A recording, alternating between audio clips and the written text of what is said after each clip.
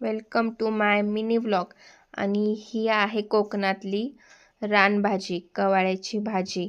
आणि त्याच्यामध्ये वेगवेगळ्या भाज्या मिक्स करून ही भाजी बनवायची। तर ही रताळ्याची पानं आहेत, ही चुचाची पानं आहेत, आणि थरभरी भाजी, भोपळ्याची पानं, भेंडीची पानं, असं काय असतं ते सगळ्या वेगवेगळ्या रानभाज्या एकत्र करून भाजी बनवायची।